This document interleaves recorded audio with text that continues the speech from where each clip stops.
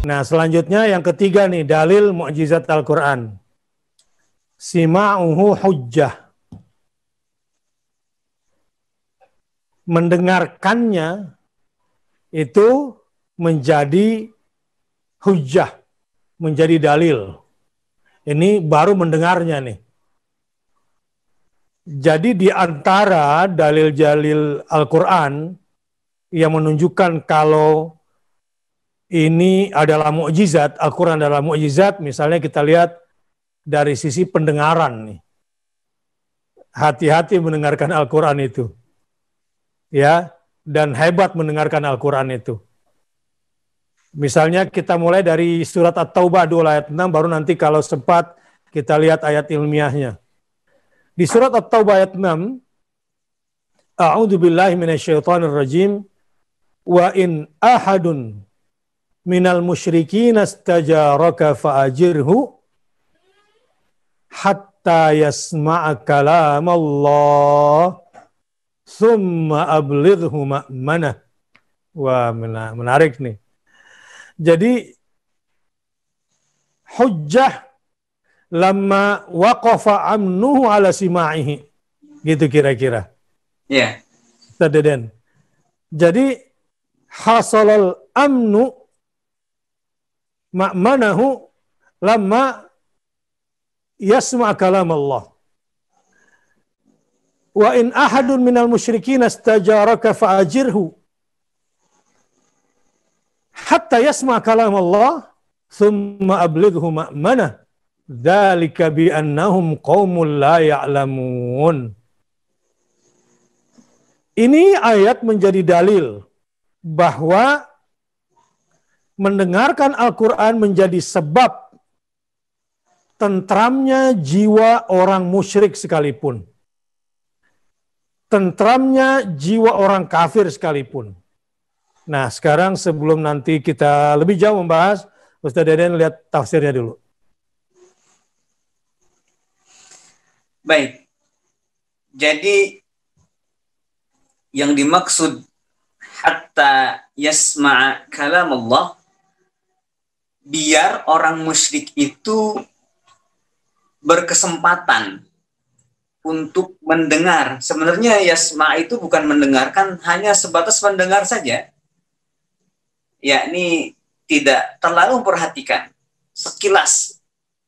Maka dengan mendengarkan sekilas saja, itu sudah mampu memberikan rasa aman. Sudah mampu memberikan rasa nyaman, sudah mampu memberikan perubahan pada jiwa yang mendengarnya. Sehingga benar, mendengar Al-Quran itu hujjah. Ceritanya, surah At-Taubah ini, jika ada seorang dari orang musyrik meminta pertolongan, maka berikan pertolongan. Nah, tetapi ternyata hatta yasma'a kalam Allah. Kurang lebih seperti ini maksudnya. Dengan diberikan pertolongan itu, maka jadi peluang sampainya Al-Quran ke telinganya. Dan sampainya Al-Quran ke telinganya inilah yang akan menyelamatkan orang itu, yang akan memberikan perlindungan kepada orang itu, dan sekaligus mengetahui kemudian bahwa Al-Quran yang didengarnya itu, itulah sebenarnya yang dicari dalam hidup, dan tidak ada alasan kecuali langsung beriman kepada Al-Quran, dan juga tentu menjadi beriman kepada Rasulullah SAW. Oleh karena itu, orang-orang yang kufur dahulu pada zaman Rasulullah diutus awal-awal di Mekah, mereka itu mengatakan waqala alladzina kafaru la tasma'u li hadzal Qur'an walghaw fihi la'allakum taghlibun. Orang-orang yang kufur, yang tidak beriman kepada Rasulullah, kepada Allah dan kepada Al-Quran berkata, la tasma'u li hadzal Qur'an, janganlah kamu mendengar Al-Quran. Karena mereka tahu kalau kemudian jadi mendengar, yang tadinya berniat buruk itu jadi berubah. Sebagaimana tadi dikisahkan Al-Walid bin Mughirah, dia berniat buruk sebenarnya. Seperti apa sih Quran itu? Ingin dicari celah-celah salahnya, ingin dicari celah-celah kurangnya. Tetapi setelah mendengarkan Al-Quran dibacakan, kesimpulan jadi beda. Ini tidak ada celah-celah untuk dibantah. Dari segi keindahan bahasanya, tidak bisa dibantah, tidak ada celah sedikit pun. Nah, ternyata benar betapa bahaya sekali telinga yang mendengar Al-Quran menurut orang yang kafir itu. Maka pesan dari mereka itu kepada teman-temannya, jangan sekali-kali dengar Quran. Justru walghaw fi, bikin kegaduhan kalau Al-Quran lagi dibacakan. La'allakum taghlibun, karena hanya dengan cara itu kamu bisa mengalahkannya. Jadi kalau kita lihat di surah At-Taubah ayat 6 ini, memang alasan boleh menolong orang musyrik agar mereka mendapatkan kesempatan bisa mendengar ayat-ayat Al-Quran. Dan setelah itu mereka akan mendapatkan keamanan, ketentraman lahir dan batin dari Rasulullah dan orang-orang mukmin. Nah, artinya kalau diselamatkan, dikasih tempat yang aman kan cuma aman badannya. Tapi yang lebih penting adalah diamankan juga jiwanya. Dengan cara apa? Beri kesempatan dia mendengarkan ayat Al-Quran. Nah, sahabat, apa yang bisa kita ambil dari sini? Mendengarnya saja mukjizat. Mendengarnya saja. Mungkin gak terjadi sama kita? Banget, mungkin banget. Maka orang-orang yang sering mendengarkan bacaan Quran, baik yang dibacakan oleh sahabatnya sendiri, sebagaimana Rasulullah SAW, Rasulullah senang banget simaan Al-Quran. Dan hanya orang-orang yang hebat, yang dimampukan mau duduk simaan itu. Iya, Ustaz. Ya, semaan itu penting, apalagi ada orang murajaah, kita menyimak, wah itu bagus sekali. Dan itu budaya Rasulullah.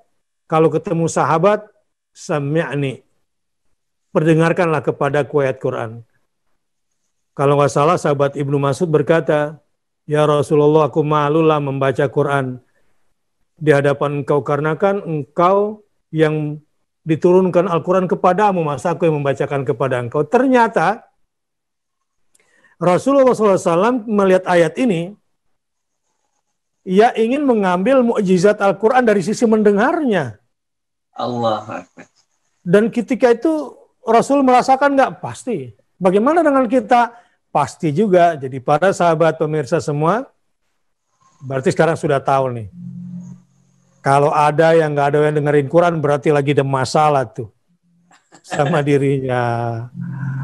Ya, tetapi percayalah kalau di rumah sering dengarkan Al-Quran, di mobil sering dengarkan Al-Quran, headsetnya sering dengarkan Al-Quran. Wah, itu penelitian ilmiahnya sudah cukup banyak seputar ini. Justru kalau diperdengarkannya nih, mohon maaf nih, musik ular, tahu kan musik ular di India itu?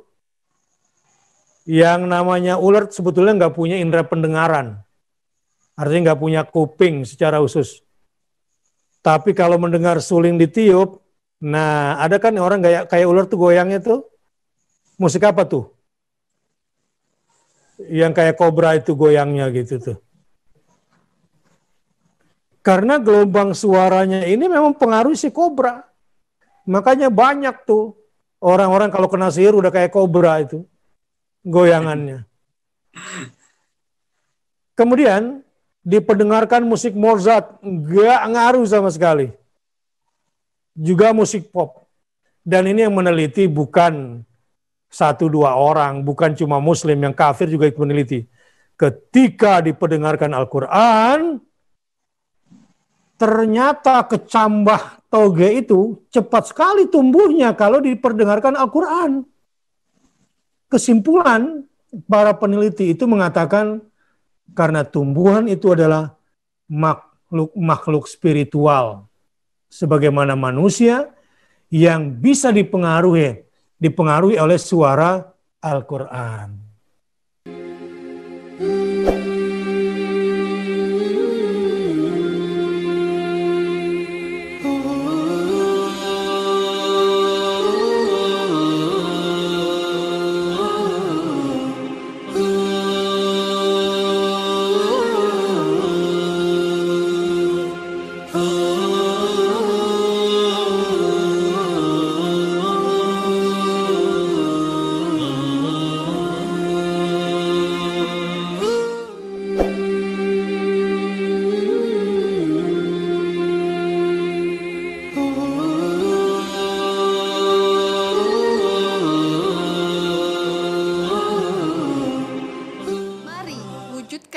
lebih banyak generasi penghafal Quran dalam program Orang Tua Asuh Penghafal Al-Quran.